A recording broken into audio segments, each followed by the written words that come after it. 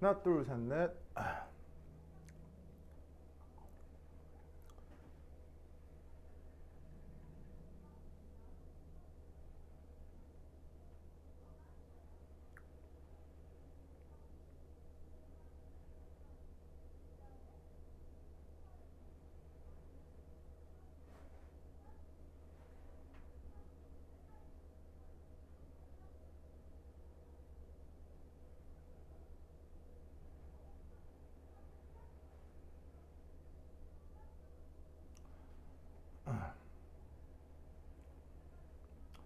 자료는 단체 카톡방에 있습니다. 어디를 못 찾겠다는 말씀이지요?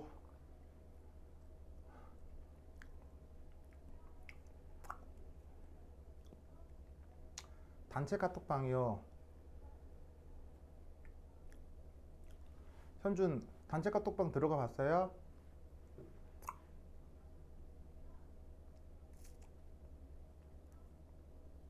거기에 안 나와 있다고요?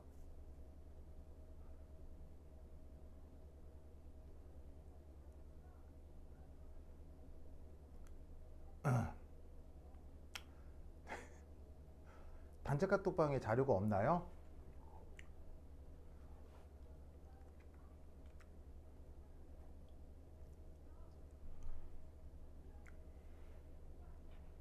콜스4는 오늘 숙제고요. 콜스4, 콜스5는 오늘 숙제고요. 그 다음에 오늘 수업 자료는 따로 어제 저녁에 올렸어요. 한 12시간 전에.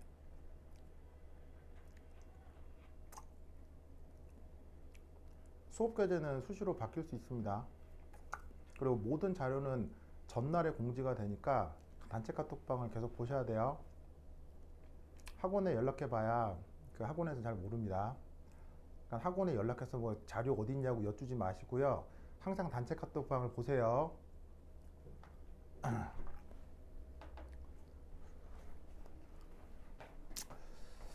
자, 봅시다.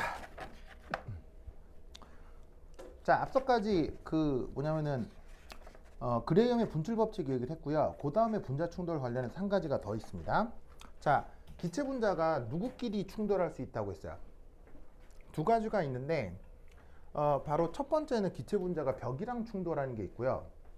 또 하나는 뭐가 있습니까? 바로 기체 분자가 그 보시다시피 그 기체 분자끼리 충돌하는 게 있을 수 있겠죠. 이제 그 내용을 좀 살펴보도록 하겠습니다. 자, 그다음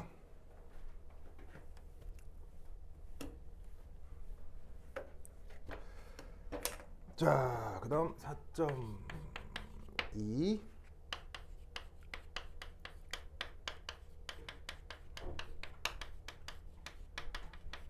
분자끼리 얘네들이 충돌하는 상황을 좀 생각해 볼게요. 자, 첫 번째는 1 모델링. 자, 보시다시피 어떤 상황을 하나 생각을 해보려고 하냐면, 자, 우선 첫 번째 기체 분자 자체 지름을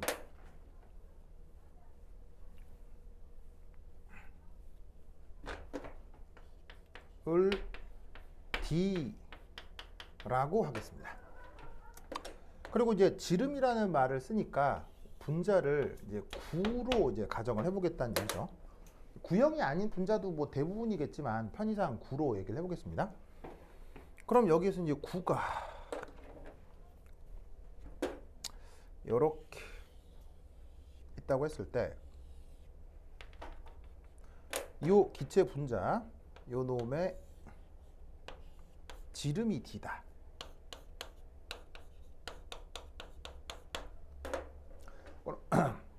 그럼 이때 여기에서 아이고 뭐를 하나 가정을 해볼 거냐면 바로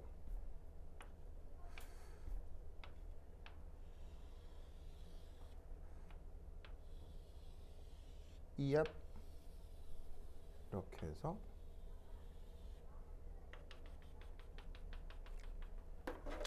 자, 어떤 가상적인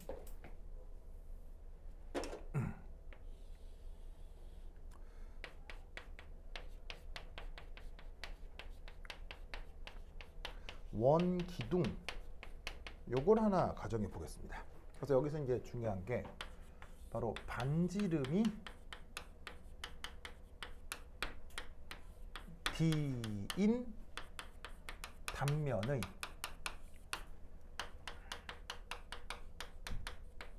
가상적인 구를 가정하겠습니다.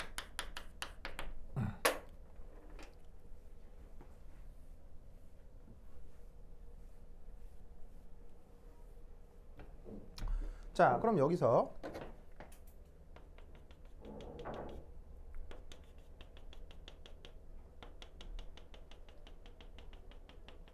자, 이렇게 궤적을 생각해 보고 여기서 단면적이 이제 뭐냐면은 반지름이 D라고 했으니까 원기둥에서 자, 여기서부터 요까지 요 반지름이 D가 되는 거죠. 그래서 구의 지름이 D인데 그것을 반지름으로 하는 가상적인 구를 하나 생각해 보겠다는 얘기예요. 그리고 이제 여기 있는 이놈은 이제 이 안으로 이렇게 들어갔다가 이렇게 이제 빠져나올 예정이라 이런 말이지. 자, 그런데 이때 저 기체 분자가 만약에 이제 충돌을 한다라고 하면 또 다른 기체 분자들이 만약에 자, 여기 이제 요걸 무게중심이라고 생각하겠습니다. 이 무게중심이 이 가상적인 구 안으로 들어오게 되면 자, 이런 그 뭐냐면 무게중심이 내부로 들어온 요런 것에 대해서 구는 어떻게 만들어질 거냐면 요렇게 어떤 기체 분자가 만들어질 거고요. 보이시죠? 그 다음에 요 무게중심이 여기에 있는 이 가상적인 구 바깥에 이렇게 있는 경우라면 이때는 구가 어떻게 그려질 거냐면 보시다시피 요렇게 또 다른 구 형태의 분자들이 나타나겠죠. 그러면 지금 요 무게중심은 보시다시피 요 실린더 내부 안에 있는 거고 요 무게중심은 이 실린더 바깥에 이렇게 배치가 되는 건데 얘 같은 경우 일이 진행한다고 했을 때 어떻게 되겠어요? 여기 있는 이놈하고는 힛하고 충돌을 하겠지만 이런 녀석 같은 경우는 얘가 지나간다고 했을 때 맞추질 못하고 그냥 비껴나가게 되겠죠. 무슨 뜻인지 아시겠죠? 그러면 저 가상적인 구를 가정을 했을 때 이제 어떤 생각을 할 수가 있냐면 요렇게 그 원기둥 단면이 가상적인 구가 아니고 가상적인 원기둥을 가정한다.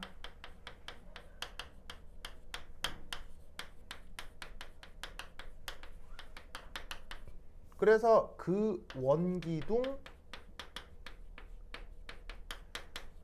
내부에 존재하는 다른 기체 분자들과 요 진행하는 기체가 충돌할 것이다 라고 예상할 수 있다 이런 말이죠. 그러면 이때 과연 이 실린더 안에 내부로 들어오는 기체 분자가 얼마나 있는지 파악을 해봐야 되겠죠. 그래서 이제 뭘 해볼 거냐면 3. 그 실린더, 원기둥이죠. 요거의 부피를 구해봅시다. 자, 우선 첫 번째 1. 해당 기체 분자가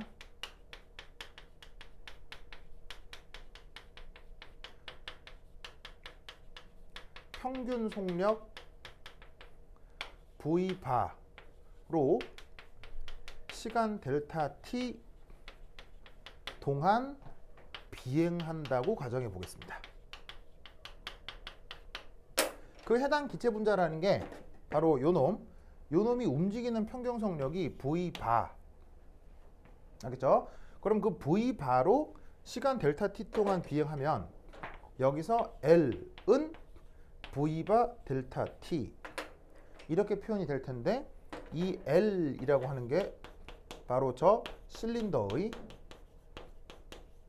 높이라고 해보자 이런 말이죠. 바로 여기서부터 여기까지 요 길이를 L이라고 한다면 저 L이 이 기체 분자가 속력 V로 델타 t 동안 이동하는 시간만큼이 여기서부터 여기까지 길이다라고 생각해 보자는 얘기예요. 뭔 말인지 아시겠죠? 알겠죠? 그러면 이때 여기서 실린더 단면적은 어떻게 되겠어요? 바로 파이 d 제곱 이렇게 표현되겠죠. 왜냐하면 반지름이 d인 원이니까 뭐 단면적은 파이 d 제곱 이렇게 표현이 될 수 있겠습니다.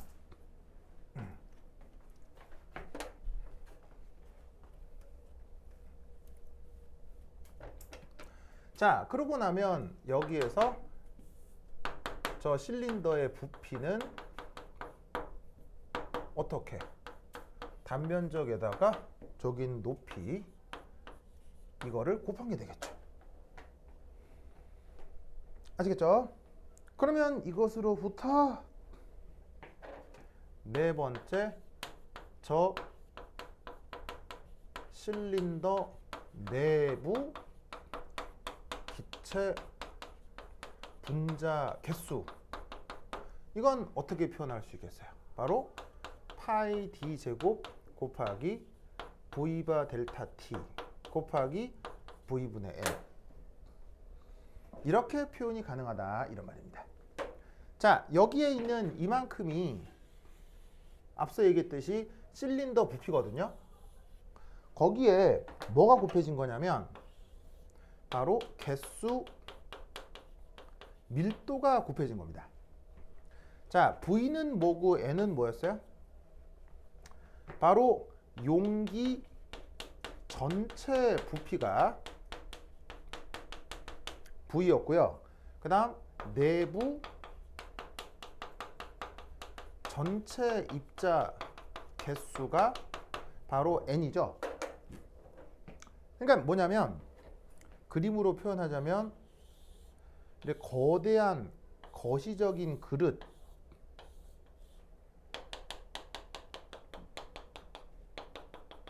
그릇의 부피가 V고 어떤 이런 기체들이 뭐 여기도 있고 저기도 있고 막 여기도 있고 있을 텐데 이때 이런 놈들이 지금 N개가 있는 거라고요. 그런데 어떤 한 기체 분자가 지금 평균 속력 V 바로 이동을 하고 있을 때 이동하는 길목에 저 가상적인 이 실린더를 이렇게 가정을 하고 있는 거라 이런 말이에요. 무슨 말 알겠죠? 그러니까 전체적으로 입자의 개수 N개, 그다음에 전체적으로 부피 V가 이미 정해져 있는데 어떤 기체가 움직일 때 그 움직이는 궤적에 이렇게 가상적인 원기둥을 생각해 보자는 얘기예요. 그래서 지금 요만큼 이렇게 조그맣게 그린 얘가 확대했을 때 그림이 이렇게 되는 거죠.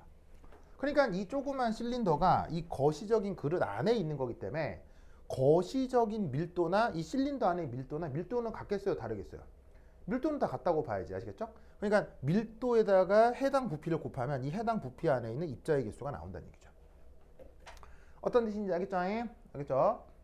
그렇다면 여기서 이제 또 어떤 가정을 하느냐? 자, 여기 볼게요.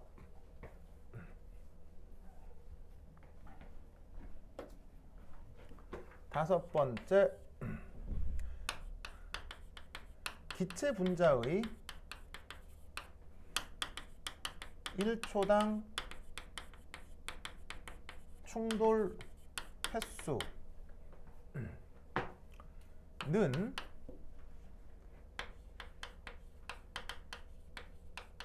실린더 내부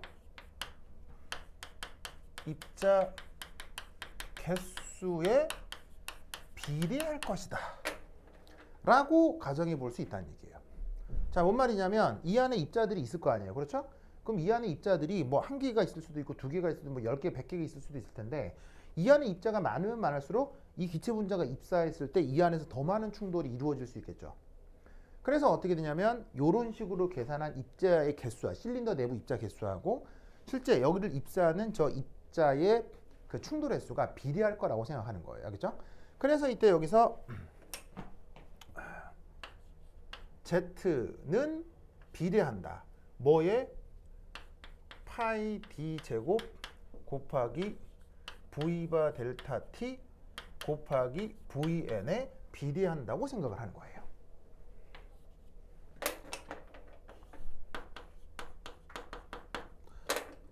1초당 충돌 횟수를 이렇게 Z로 잡기로 했죠.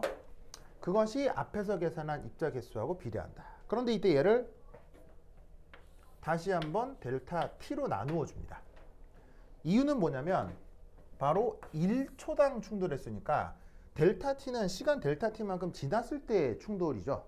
그러면 1초라고 하면 그걸 다시 시간으로 나누어줘야 1초당이다라고 생각할 수가 있다는 얘기죠. 알겠죠? 그럼 얘를 다시 표현을 하면 이렇게 델타 T가 약분이 되고 V분의 N V바 파이 D제곱 이런 식으로 표현을 할 수가 있습니다. 알겠죠? 그리고 이 경우 파이 D제곱을 시그마로 치환합니다. 그러면 엄밀한 계산 후 어떤 결과에 도달할 수가 있냐면 Z는 루트 2의 V분의 N V바의 시그마 이런 표현으로 바뀔 수가 있어요. 그래서 여기 시그마라고 하는 부분이 바로 파이 D제곱 얘기하고 이 자리를 시그마로 치환을 한 것이다. 여기에 루트 2라고 하는 게 붙었는데 그냥 얘는 비례 상수고 얘가 이제 어떻게 나오는지에 대해서까지 고민하실 필요는 없어요. 그냥 뭐 어떤 비례 상수다 이렇게 생각하시면 되고, 그리고 여기 1이라고 하는 녀석은 뭐냐면 자 아까 분출에서는 Z 밑에 무슨 첨자를 썼었어요? 분출에서는 Z 밑에 W를 썼었죠. 바로 서로서로 뭐냐면 벽에 충돌을 하는 분출의 경우는 W라는 아래 첨자를 썼는데 1이라는 표현은 바로 서로서로 충돌한다는 표현이에요. 그래서 기체 분자 사이의 서로서로의 충돌에 대한 1초당 충돌 횟수를 이런 식으로 표현을 해볼 수가 있습니다.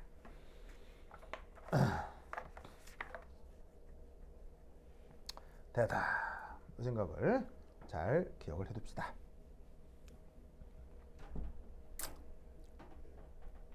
자, 그 다음 얘 같은 경우 어떤 생각을 또 하나 해볼 수가 있냐면, 자 지금 여기까지의 결과가 분자 충돌의 모델링에 대한 최종적인 결과예요.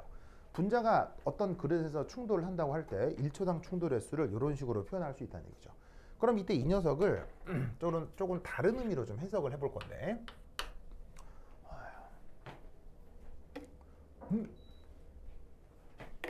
잘 들리지?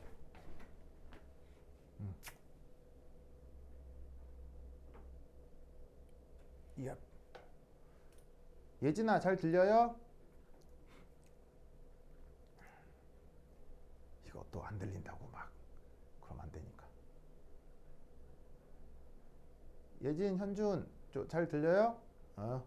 잘 들리죠? 오케이, 땡큐.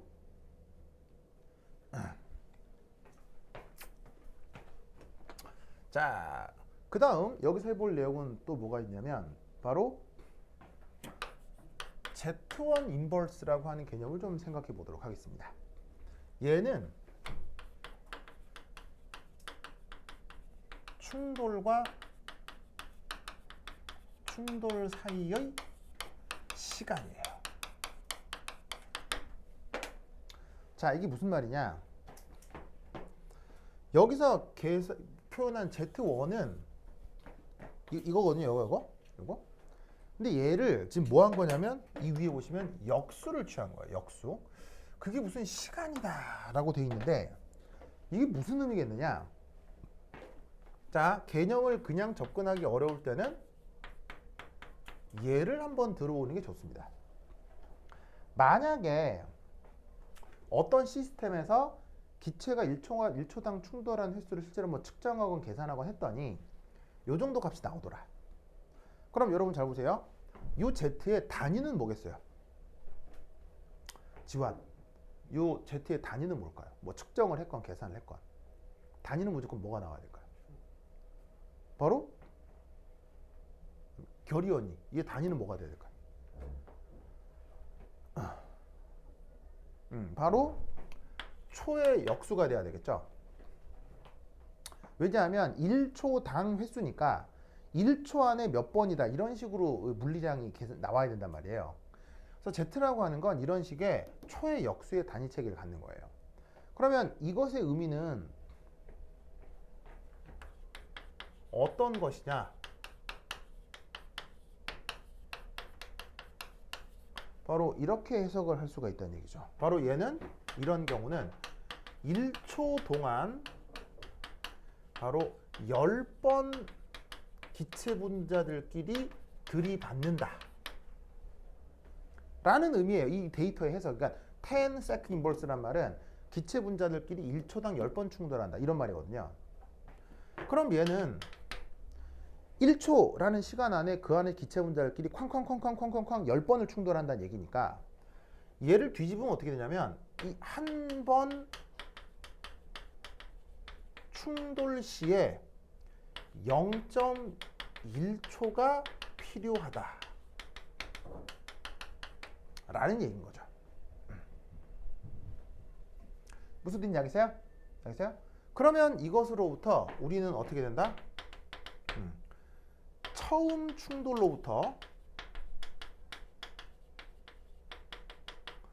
0.1초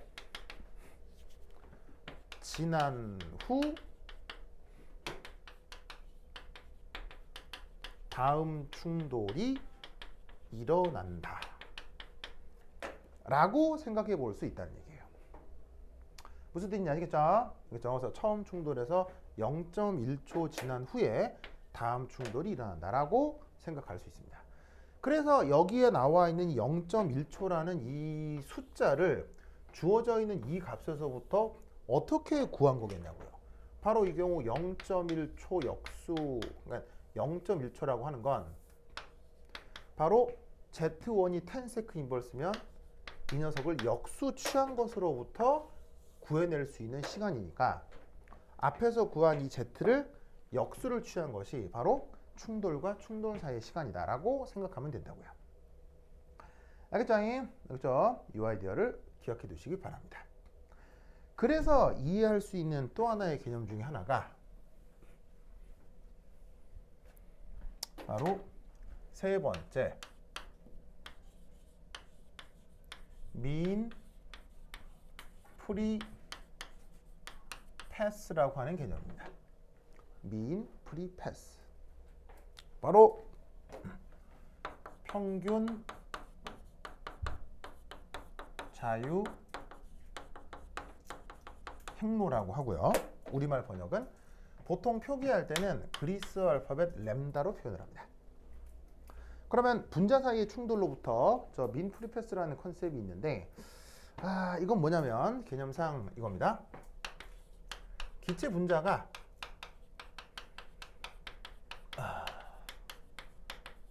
충돌 없이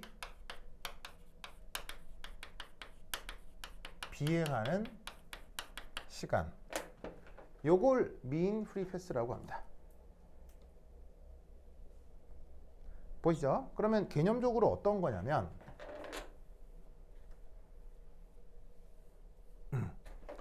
자, 어떤 기체 분자가 이렇게 슝 날아왔어요. 쭉 날아온 다음에 날아오다가 중간에 어떤 기체를 만난 거지. 그럼 여기서 얘가 쾅 하고 충돌을 할 거 아니에요? 그러면 그 덕에 얘는 경로가 이렇게 바뀌어. 그죠? 그래갖고 어느 위치에 도달했더니 얘가 다시 주변에 어떤 기체 분자를 또 만나는 거야. 그러면서 또 쾅 하고 충돌을 하겠네? 그래갖고 얘가 여기서 다시 경로가 바뀌는 거지.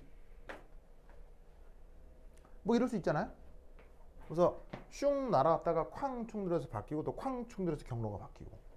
이때 여기 있는 평균 자유행로라고 하는 것은 바로 여기서부터 바로 요까지 거리, 요거를 평균 자유행로라고 한다 이런 말이에요.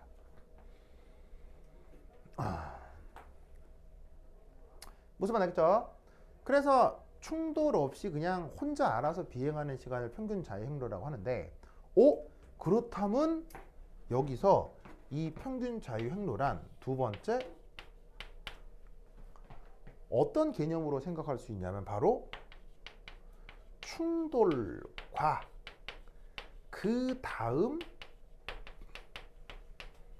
충돌 사이의 거리겠구나 라고 생각을 해볼 수가 있다, 이런 말이에요. 근데 여기 잘 보시면 충돌과 그 다음 충돌 사이 라는 말이 어디에도 등장하냐면 바로 충돌에서 다음 충돌, 요 의미하고 가겠죠. 이 충돌이 한번 일어나고 그 다음 충돌이 일어날 때까지 걸린 시간이 바로 뭐라고 했어요? 바로 충돌과 충돌 사이, 여기 있죠, 여기. 바로 그게 Z의 인버스라고 했었죠. 그러면 결국 여기서 여기까지의 시간은 이렇게 표현할 수 있다는 얘기죠. 이건 시간의 개념이고 요건 거리의 개념이고.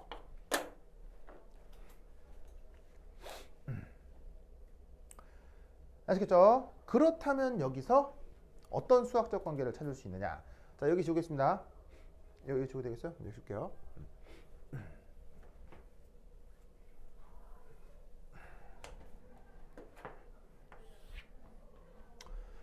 자, 세 번째는 요렇게. 그렇다면 지금 기체 분자가 평균 속력 V바로 비행한다고 치죠. 이렇게도 이렇게도 이렇게도 다 V바, 속력 V바로 움직인다고 치자, 이런 말이에요. 그러면 평균 속력과 시간과 거리 사이에는 무슨 관계가 성립할까요? 바로 거리는 속력 곱하기 시간, 이렇게 되겠죠. 알겠죠? 그러면 얘는 바꾸면 어떻게? Z1분의 V바인데 이 Z1이 어디 있어요? 여기 있죠? 그럼 얘를 저기에 넣으면 어떻게 될 거냐? 루트 2 V분의 N V바의 시그마의 V바, 이렇게 되겠네요. 그럼 여기에서 평균 속력이 약분이 되고 얘는 표현이 루트 2 Vn 아니지 N분의 V의 시그마, 이런 식으로 표현이 됩니다. 아시겠죠? 이때 얘를 또 어떻게 바꿀 수가 있냐면 이 부분 있죠? 요거 얘를 어떻게 바꿀 수가 있냐면 또한 P분의 KBT 요런 표현으로 또 바꿀 수가 있습니다. 이 부분이 이렇게 되는 거 아시겠어요? 자, 왜냐? 여러분들은 이상기체 상태 방식을 알고 있죠? 이상기체 상태 방식이 뭡니까? PV는 nRT, 맞죠? 근데 이 이상기체 상태 방식을 물리학에서는 어떻게 씁니까? 바로 NKBT, 이렇게 표현이 되죠? 보이세요? 그래서 N이라고 쓰면 이건 몰수고요. 대문자 N이라고 쓰면 입자 개수고, R이라고 쓰면 기체 상수고, KB라고 쓰면 볼츠만 상수죠. 그래서 이상기체 상태 방정식은 PV는 nRT뿐 아니라 PV는 NKT도 기억을 해두셔야 돼요. 입시 과정에서는 이상기체 상태 방정식이 이런 식으로도 굉장히 많이 나옵니다.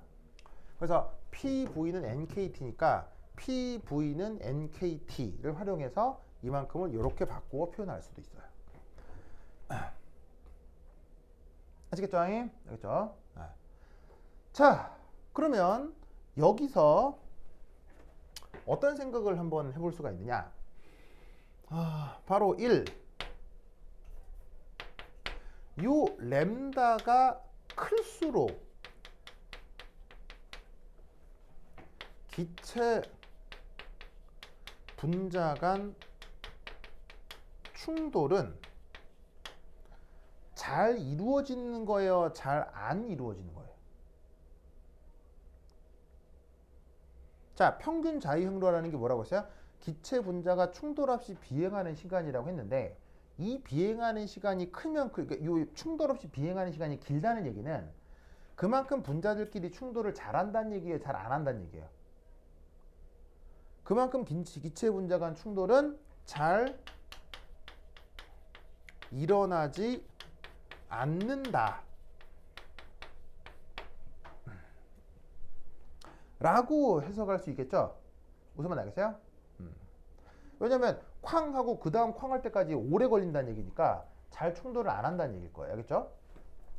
자, 그러면 여기에서 두 번째 어떻게 되느냐? 등, 앞 과정에서는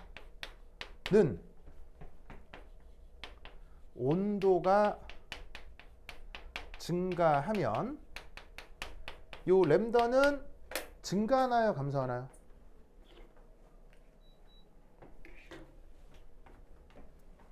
자, 등압 과정에서는 온도가 증가하면 저 램다는 그래서 증가하나요? 감소하나요?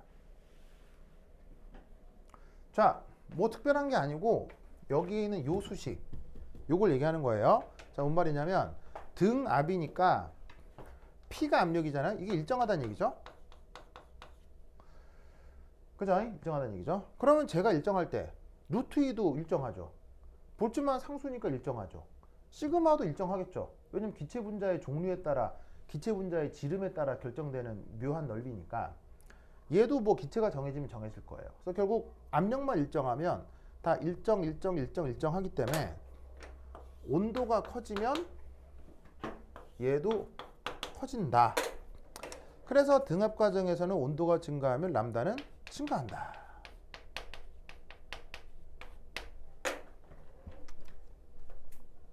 당연하죠. 그러면 램다가 증가하는 건 바로 기체 분자 간 충돌이 잘 일어난다는 얘기예요? 잘 안 일어난다는 얘기예요? 잘 안 일어난다는 얘기죠. 그럼 1번하고 2번을 엮으면 어떻게? 등압 과정에서 온도가 증가하면 분자 간 충돌은 잘 돼요? 잘 안 일어나요? 잘 안 일어난다는 얘기라고. 알겠죠? 알겠죠? 그럼 내가 이 얘기를 왜 하느냐? 자, 여기 줄게요. 여기 줄게요.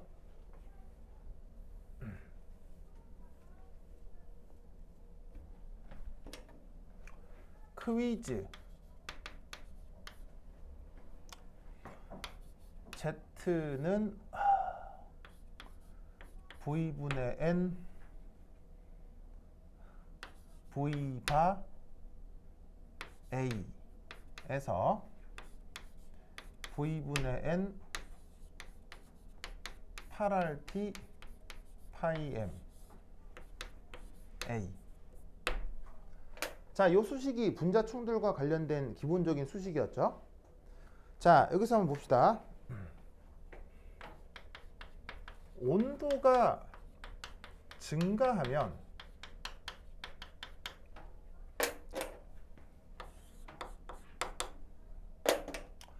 이 부분이 얘니까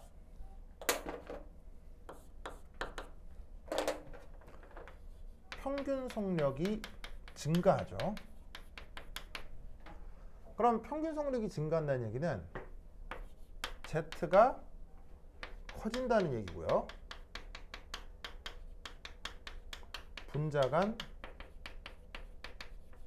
충돌은 더 잦아지겠군요. 맞나요? 맞아요? 맞죠? 맞죠? 맞아요? 틀려요? 맞는 말이잖아요. 수식이 그렇게 얘기를 해주고 있잖아요. 그렇죠? 자, 그런데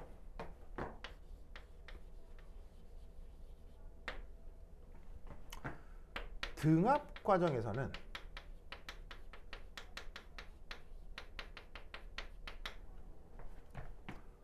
온도가 증가하면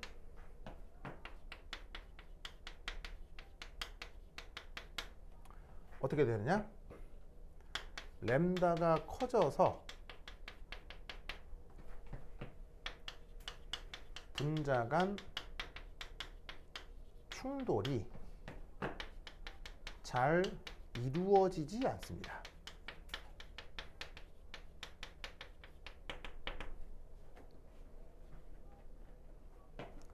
이상하죠?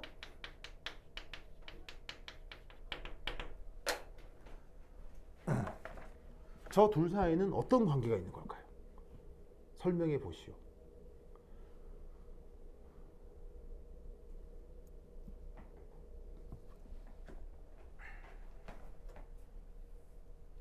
자, 봐요.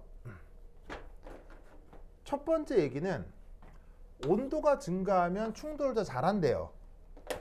무슨 말이겠죠? 두 번째 얘기는 온도가 증가하면 충돌이 잘 안 된대요. 완전 반대 얘기 같잖아요. 둘 중에 뭐가 맞냐고요?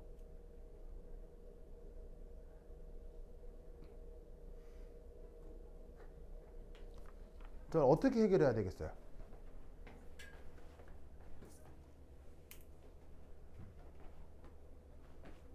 또 물어봐야지. 예진, 현준 잘 보이죠?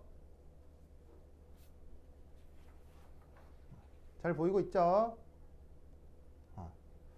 그래. 친구는 이렇게 자는 거예요. 어? 자는 거예요. 오케이. 결이 언니도 아까 순간 어디 갔다 왔죠? 네, 봤는데. 그래. 제우스는 괜찮아요? 네. 그래. 좋아. 제우스 좋아. 우리 이 도널드 독 오빠는 도널드 독 좋아하는구나. 좋아요. 좋아. 자, 저거 어떻게 해결해야 될까요? 이게 맞는 말이에요? 이게 맞는 말이에요? 그러니까 이제 왜 영어 지문에서 하우에버 나오면 중요하잖아. 그래서 수능에서 영어 선생님이 맨날 강조할 걸 하우에버 조심해라 막 하면서 막 하우에버 앞뒤에 답 있다 막 그러지 않아요? 항상 하잖아요. 그 하우에버. 앞에 얘기가 맞는 거야, 뒤에 얘기가 맞는 거야? 베인 어떻게 생각해요? 응? 둘 다 맞지 않을까요? 둘 다 맞다. 둘 다 맞다. 그럼 둘 다 맞다는 걸 어떻게 얘기를 해야 될까? 밑에 거는 밑에 거는 등합 과정이라는 조건이 있는데 위에는 등합이다 이런 별다른 조건이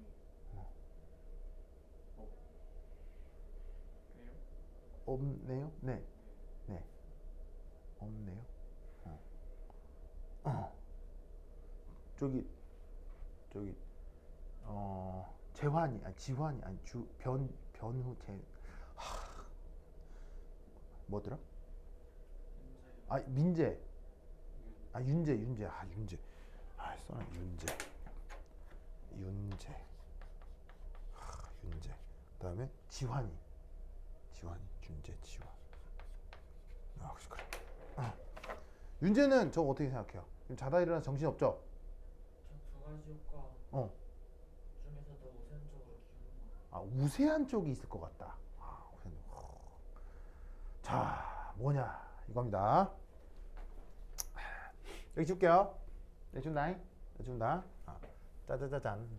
이걸 어떻게 해결해야 되냐?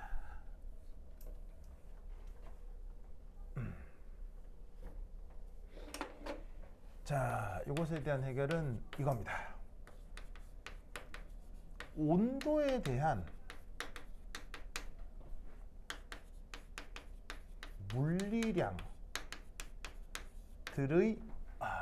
물리량들의 영향.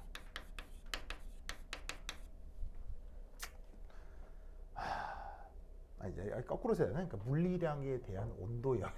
물리량. 이렇게 거꾸로 써야겠다. 물리량들에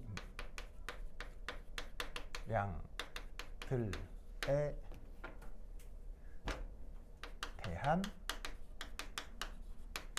온도 영향. 이렇게 써야지. 자, 우선 첫 번째 1 평균 속력.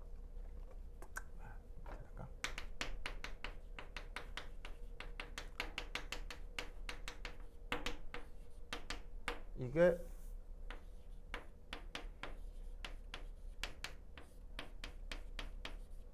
이렇게 되죠? 보이시죠? 그럼 잘 봐요. 온도가 커지면 빨라지는 거 맞죠? 맞죠? 근데 어차피 8, R, 파이 다 뭐예요? 상수. M도 분자가 정해지면 상수, 분자량인데 분자 정해지면 정해졌을 거 아니에요. 그럼 얘를 어떻게 생각할 수 있냐면 이 속력이 온도 역수에 비례하는구나.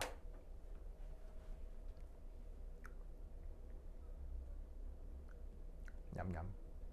무슨 말 알겠죠? 그런데 이때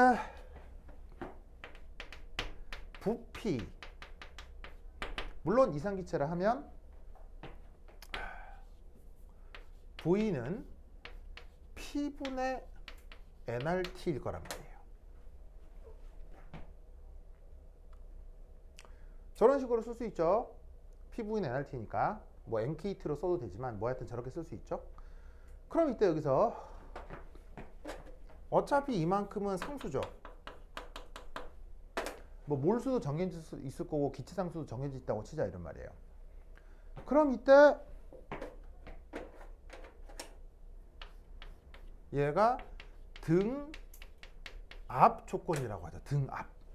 그럼 등압이란 말은 지금 여기서 누가 상수라는 얘기야? 얘도 상수가 된다는 얘기지. 그럼 어떻게 된다? 요렇게 된다고요. 부피하고 온도가 비례한다고요. 무슨 말 알겠어요?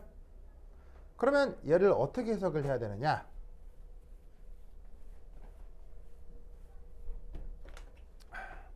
바로 온도가 상승하면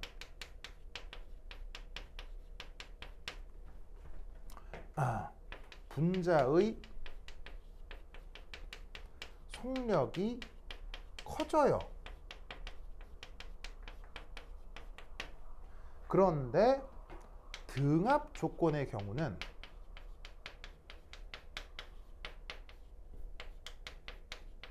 다시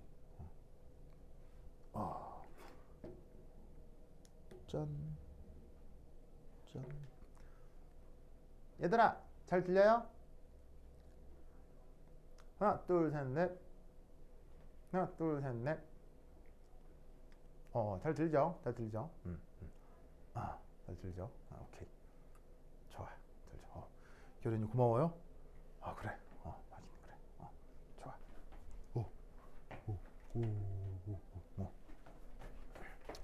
그래서 어떻게 되냐면 온도가 상승하면 분자의 속력이 증가하지만 등압 조건의 경우는 그룹 부피가 더 많이 증가한다. 이 의미 알겠어요? 부피는 온도의 일생에 비례하는데 속력은 온도의 루트에 비례한다고요. 그래서 온도가 커지면 얘도 커지고 온도가 커지면 얘도 커지지만 둘 중에 누가 더 커져요? 얘가 더 많이 커지는 거예요. 그러면 부피가 더 많이 커진다는 건 무슨 말이겠어요? 기체 분자가 또 다른 기체 분자에 도달할 때까지 더 많은 거리를 비행해야 된다는 얘기죠. 그래서 어떻게 된다? 증가하여 1초당 충돌 횟수가 감소하게 되는 거예요. 그러니까 속력은 10배 빨라졌는데 부피는 100배 증가한 거야. 그러니까 어떻게 되겠어요? 어떤 기체 분자가 그 다음 기체 분자에 도달할 때까지 이게 도달할 때까지 충분히 더 오래 비행을 해야 되니까 기체 분자의 충돌이 잘 이루어지지 않는다라고 생각할 수 있는 거라고요. 무슨 뜻인지 아시겠죠? 그래서 여러분들이 기존에 알고 있는 수식을 조합해서 이런 논리를 생각해 볼 수 있다는 겁니다. 아시겠죠? 오케이, 자다. 자, 그 다음 어디로 가보시냐면 그 다음 또 중요한 내용이 바로 실제기체입니다.